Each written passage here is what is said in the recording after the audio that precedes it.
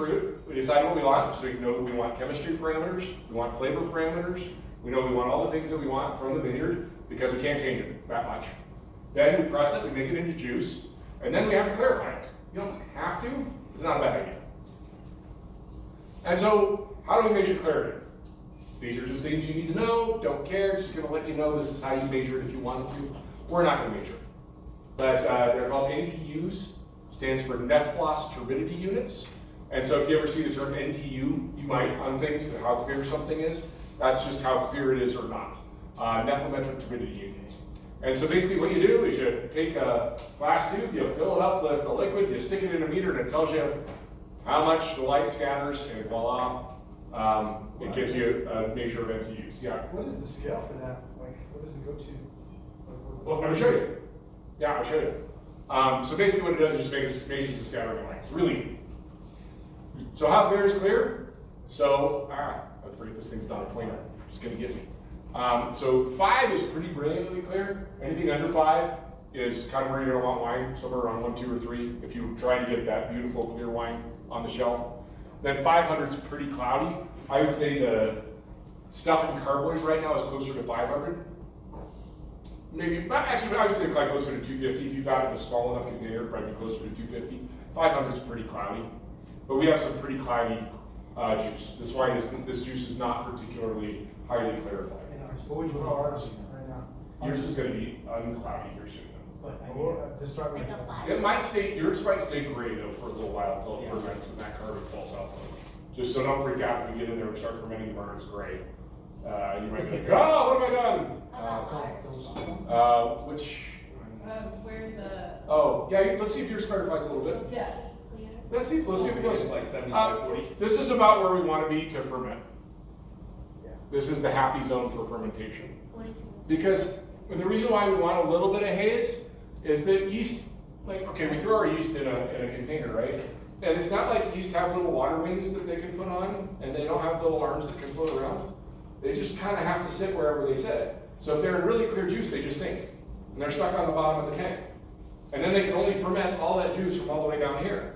But if they've got stuff to sit on, they can sit around and hang out. They can access the juice a lot better. And it makes what we call fermentation kinetics. Something we talk about a lot is the kinetics of fermentation. It makes it just happen better. So we can control that. And so depending on the kind of wine you want, you have higher or lower turbidity. And now turbidity, but the thing is, remember yeast have taste. So the more yeast you got floating around, the more it's going to taste like yeast. Whereas the clearer it is, the more it's going to taste like focused fruit. So that's kind of your decision. The dirtier it is, the more kind of complex characteristics you get. And if you want really lasered in fruit, you ferment it clearer. But it does make it a little more challenging for the yeast to ferment. So the other thing we also know is that we have to, and we're going to talk about fermentation and nutrition, but I do want to let you know, if you wanted to ferment this one's going to take a significant amount more nutrient to ferment because the yeast are going to struggle more. They're going to have a harder time living. More, yes. And we're going to talk. We're going to go through all that on Monday. Is there a downside to growing the yeast in at like higher than in between, like the really high end? The big challenge is then you get a lot of stuff that stacks up and layers up and they get trapped. So now just stuff up here. And then they get stuck down below, layered in the stuff, and then they don't have access to nutrient or anything, and you can have a lot of reduction and other difficult things. But if you're stirring you have a small 3-gallon carboy, you can stir it. Yeah, but you can't. It's kind of hard to stir a giant thing. But that being said, a lot of big wineries have giant propellers and just sit there and turn to keep everything nice and even and keep the fermentation bags together. So again, highly clarified. I just went over that. I didn't have to look at it. Some solids help, but again, we just said all that, and I didn't even tell I've done this a few times. I just said that slide. So highly clarified juices can be difficult to ferment because the yeast have nothing to sit on. Some solids help kinetics. Heavy solids may lead to reductive aromas, which is what ended up making the rosé smell like the rosé.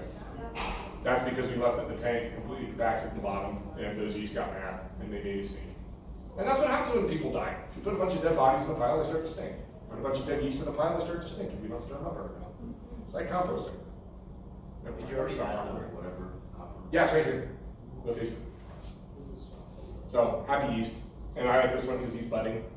He's budding yeast, we can have happy yeast. Yeah, that's what you want to call it. Anyway. So settling, whatever happens, is you have a lot of solids that are generated. And the lowest to highest, whole bunch, distim and crush, and then screw presses create a lot of solids. And the reason why solids are an issue isn't necessarily just because it's a bunch of stuff we have to deal with, but you have a big giant pile of stuff that's full of sugar, full of organic matter, full of all kinds of stuff you gotta deal with. You can't go put it in a dump. It's terrible to put down the drain. It's really hard on sewer systems. If you're on a well or a septic system, forget about it. And there's a lot of really heavy regulations on wastewater. So you've got to deal with all this leftover stuff. And what are you going to do to deal with it? So that's the downside. It's like, sure, you get more yield with the screw press, but then you got a whole bunch more stuff you got to deal with that's left over, all this sludge. You might just put it back in your orge line. Yield, start a new trend. Again, solids are allowed to settle, or it's floated, or you use a centrifuge, which I cannot wait to use here. I've only used one once on juice in my life, so I'm looking forward to using it here. No, we're going to use the centrifuge here. No, you guys are going to use filters, so we'll filter. We'll use a plate and frame filter for your stuff, and then we'll use the centrifuge for the bigger batch. So yeah, we're going to use all the toys. So you're going to see how all this stuff works. So you're going to do something that I've never done. I've never arrested a fermentation with a centrifuge in my life. I've heard about it. So we all get to go do a new cool thing together. That should be cool. I'm telling you, when I walked in here and saw that thing, I was like, it's like my unicorn. I've been chasing it forever, and I came in here and it just happened to happen. It's pretty amazing. And nobody in the state does that, so it'll be fun. Yeah. So this is what I talked about earlier. Old school settling, clean juice. We usually get some fluffy lees. So when we rack, which is just the process of taking the clean stuff off the dirty stuff, that's all racking means. When we rack, we tend to take some of these fluffier lees off the top to get that turbidity back up in the white. So you get some nice stuff for the yeast to sit on, so it's not too clear. Here's flotation. This is my float system that I built. And the way it works is we have a pump that circulates. We have compressed gas we're injecting in here that creates small bubbles. And then what we do is we add all of those things, the float and some gelatin, and we float it. So the way that this works is you add all this stuff, or anything you want to. These are the ones you have to add. But then you can add all these other fining agents, and then you can pump that juice in compressed gas, and you make this foamy froth on top. And then you take that and do whatever you will with it. How do you skim that top? You don't, it floats. It's just a cap. You ever drink a Guinness? You know, it's just, there's a cap floating on top. It just floats on top, and you just rack, you go to the bottom valve, just rack straight off. Like a kombucha. Yeah, except it's not fermenting. But that's what it looks like on top. So this is one that I thought was really fun, is we did, this is flotation. So this is the press fraction, 20 minutes, 40 minutes, 60 minutes, and 90 minutes we have pretty much clear juice. So we're talking, instead of a 48-hour process, we turned it into a 90-minute process. And then I decided to float oxygen versus nitrogen as the compressed gas. And actually I have data for this somewhere. I don't know if it's in this presentation because I don't remember if I have it in this one. But it did change we run phenolics, and I did change the phenolics significantly. So flotation advantages. So I did all this before. It's done at room temp. Saves energy. You can remediate rot, mold, other issues.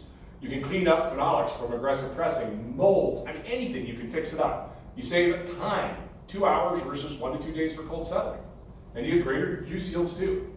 The downside is, what happens when you've been working? And you started at 6 in the morning, it's 8 o'clock at night. You gotta do another 2 hours plus a cleanup? Or do you want to just turn on the chiller and go home?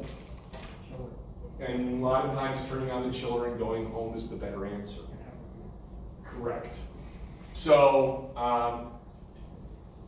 some people get a little upset because you're using gelatin, but and you're also using more product. Don't forget, you're manipulating this. All this stuff has more expense. You got to buy a machine. you gotta have the gelatin, you gotta have the stuff, you're adding more things. It's just more expensive, right? I'm sure you're saving some energy on one side, but there are no solutions, there are only trade-offs. That is my favorite quote. Thomas Sowell, great economist. And another thing is you do have to use gelatin, but the good news is there are great vegan gelatins.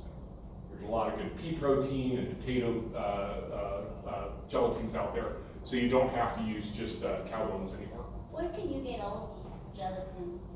Okay, the primary Scott Labs is probably the most known one in America, but also Enartis, spelled E-N-A-T-R-I-S.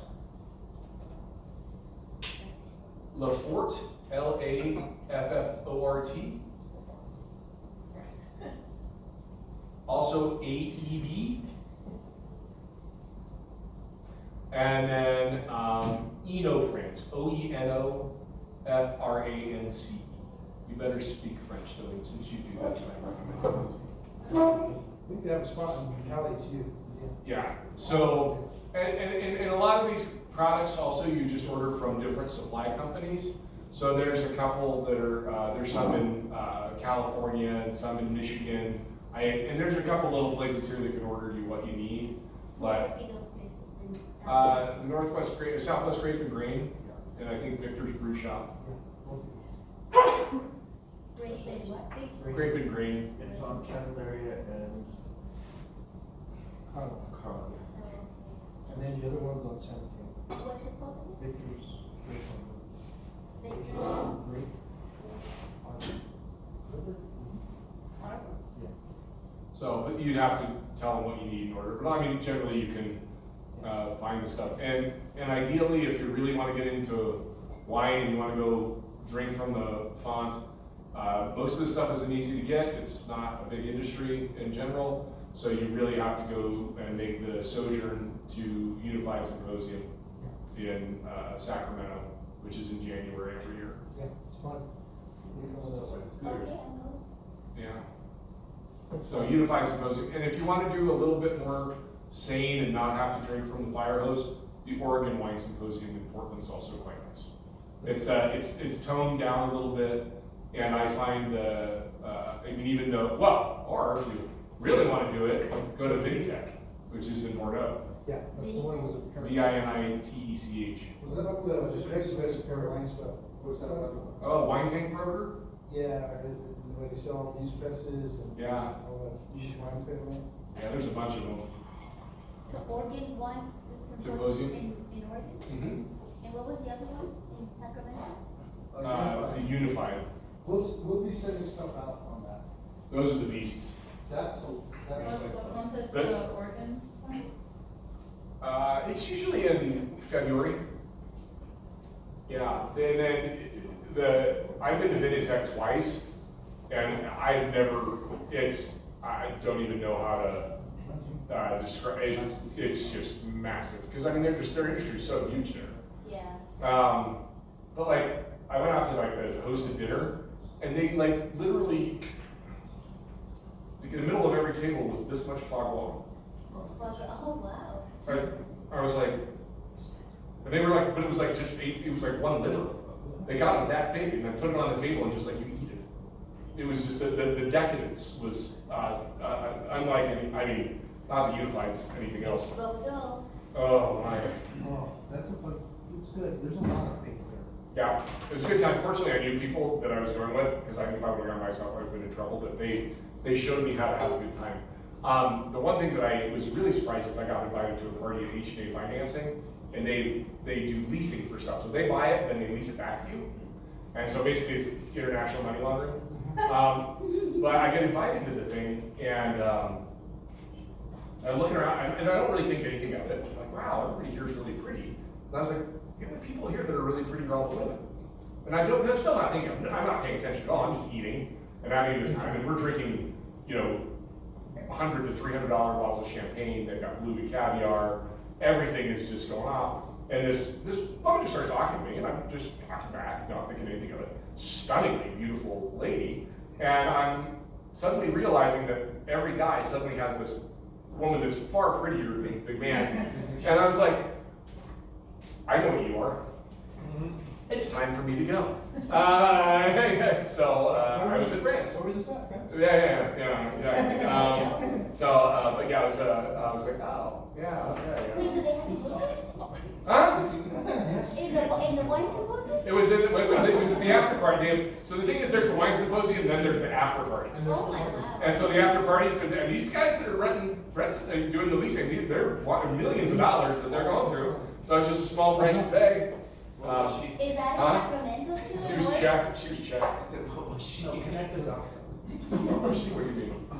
Oh, she was. Did she speak Czech?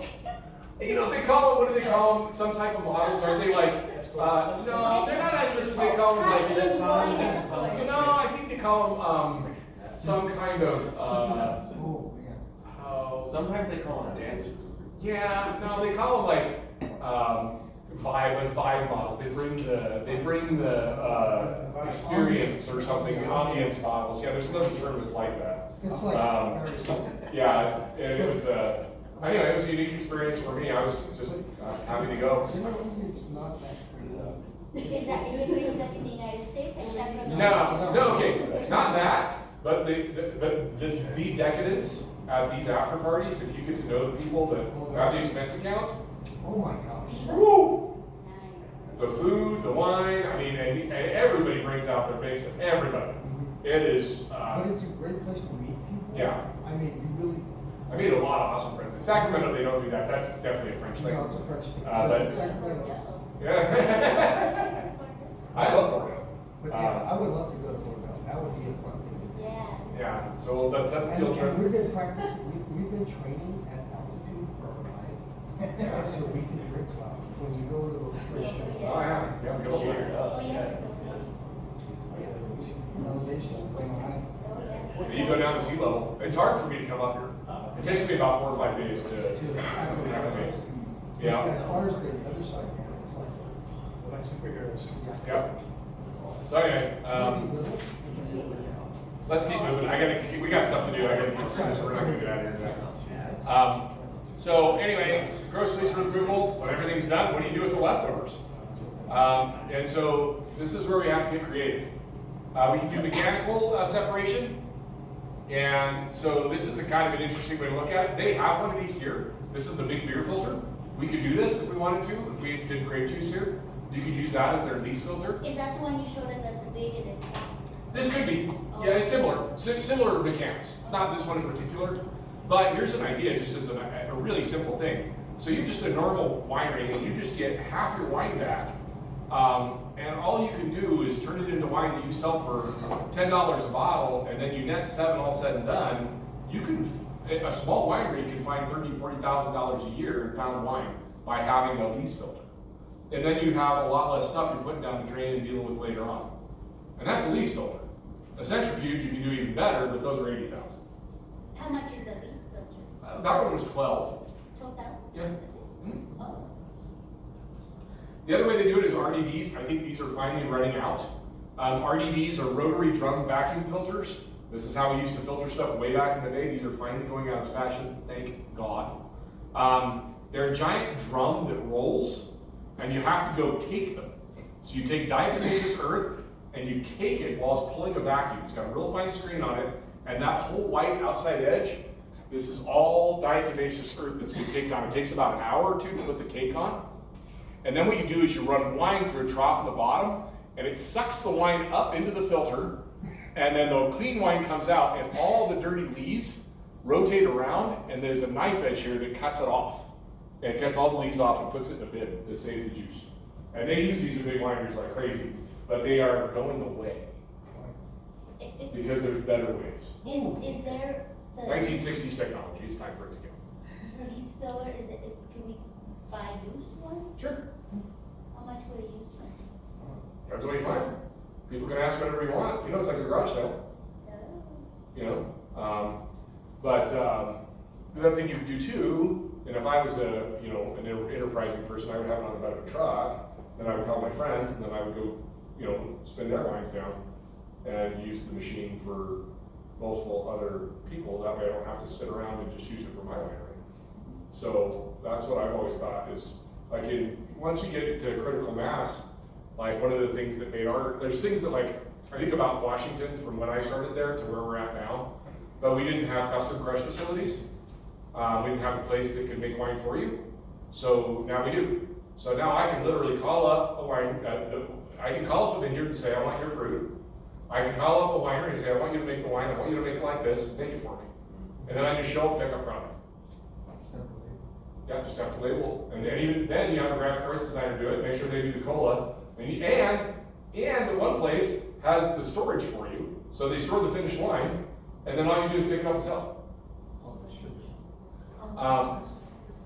Yeah, so, Which wineries do that custom crush? I don't know who does that here. I think Vara's trying to do some of that for sparkling. Yeah, and Sean does a little bit. Yeah.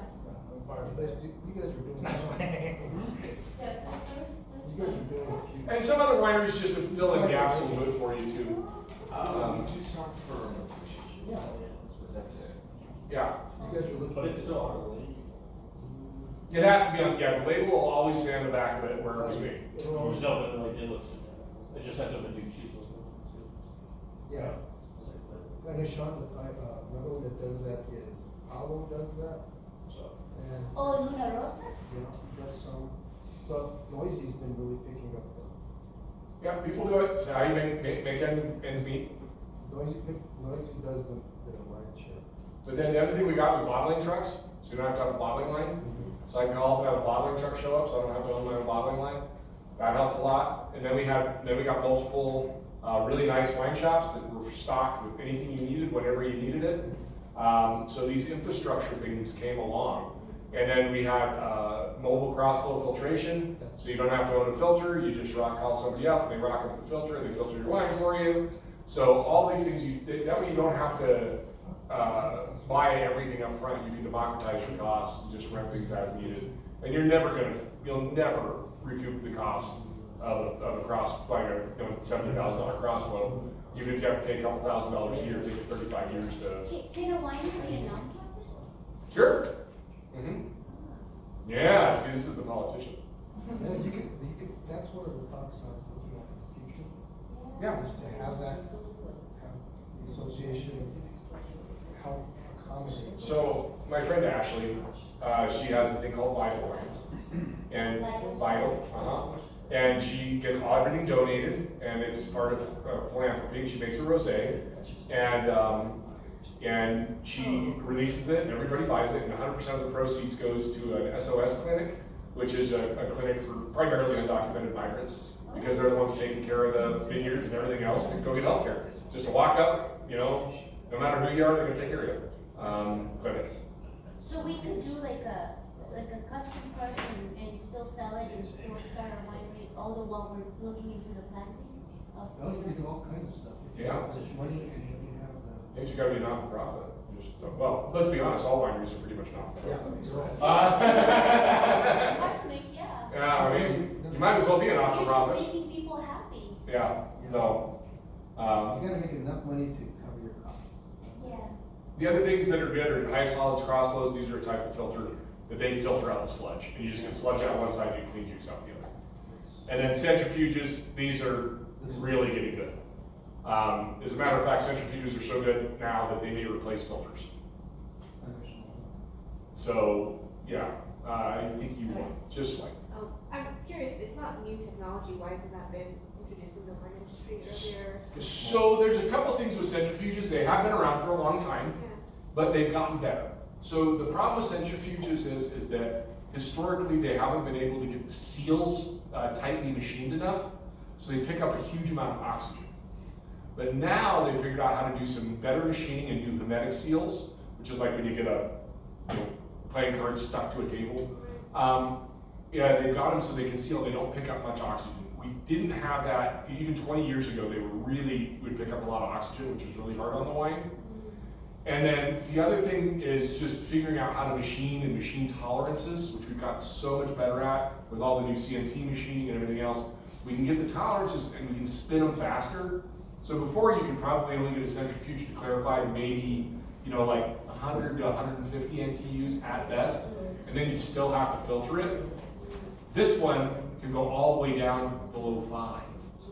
and I can get it basically microbiologically stripped, completely clean, and then I can bottle it through what's called a final membrane filtration, and I can skip all of the filtering steps. And why that matters is when you cram wine through a filter, there's always something that sticks. You always lose something, you know, and you don't lose anything. So these wines, you can get perfectly clear, microbiologically sound, stable wines, but without losing anything. And then the other thing that's really cool is when you have a centrifuge, you can use it on juice on the way in, and then you use it on your wine too. And you can do everything. And then, depending on how tight you run it, the stuff that comes out the side, you just get a little thing that looks like a little, box of baby poo instead of like actual chunks of stuff that has to go down the drain. So and they're low energy, because once they're spun up, they don't take a lot of energy. So I'm looking at it, it hits all the things. Lower energy, lower waste, higher quality. I mean, it just does. And so, but it's really been in the last 2 or 3 years that we've gotten centrifuges to this quality level for wine. So it's a new industry too, like you were talking about. And the wine industry is the most. Technology-wise. Oh, we are so stick in the mud. We pretend like we're so traditional, like we've been doing it, but we aren't. Yeah. Though I can promise you, none of the wines I drink today taste like anything I drank in the 90s. Everything changes. It's always in flux. It's a fad industry. Knock it off. Yeah, sorry. So with using a centrifuge, is that something that's acceptable under the labelings of like organic, biodynamic, and natural wines? Yeah, because it has no. Okay, so it's only additives, not. All you did was increase gravity. You're not adding anything. You just made more gravity. I don't think there's anything wrong with making more gravity. Maybe there's some biodynamic principle that you accidentally turn a rude day into a fruit day. They have this calendar. Oh, listen, can we not talk about biodynamics, please? I've got enough. There's enough cults around. So I don't know the calendar is probably. Well, okay, Calendar hey, you know what? I am all about talking about Nazi eugenicists, but just not today, okay? We'll just leave Rudolf Steiner out of this, okay? How much is this centrifuge? 80. So yes. If maybe you'll cover this later on, but if we were, want to do our own, everything, you tell us the machines that we need so we can. I do winery equipment. My winery equipment lectures, if you look at my channel, I got them on there. Yeah, I do that in the Red Wine Bootcamp. I don't know if I'm going to repeat it for these guys because I don't need to hear it again. But it's on YouTube. My YouTube channel has my winery equipment lectures, all of them. So that just where you clicked on me, once you see that, you can do not have to subscribe and like. I don't care. But yeah, but go ahead. You can look through my videos, and there's a whole series on winery equipment. And then you can watch it 1.5 speed and don't have to listen to it on. Yeah. Don't comment because I won't answer it. How much is the cost of? Depends. The VA filtration crossflow units, they'll do about 200 gallons an hour. Those are about the least expensive you can have for around 20 to 25. Infinite. Millions. There's one I got to see, I don't remember where I was at. It was Australia. But it looked like Medusa. It had all these tubes running into it. And it had a PLC control on it. And it's a big, huge winery, like box winery. And all the tanks had argon in it. And so they fill up all the wine tanks. And then they do blending trials. And you just dial it up. It would go, it would pull each percentage from each individual tank, put it in the tank, and go straight to the bottling line. There was nobody on the floor. No one. And even the bottling line, one dude ran it. One dude. It's a warehouse, it's a robot, brings out the bottles, loads up the bottles, and one dude's just there to make sure it doesn't blow up. One person. And they're bottling, I don't know how many millions. Crossflow blended everything? They did everything. It was one giant, I imagine it was well over $1 million machine. So whatever, it's how fancy. It's like cars. Do you want a Camry or do you want a Bugatti? How much money? That's it. The wine industry's the same. How fancy are you? Oh, man. Little Honda Civic. Yeah, sure. How much money you gonna put into? So this is just basically at the end of the day. But There's other ways to do things. I'm not gonna do a review because We're not. I'm not gonna take a test. So that about wraps that up. Yes?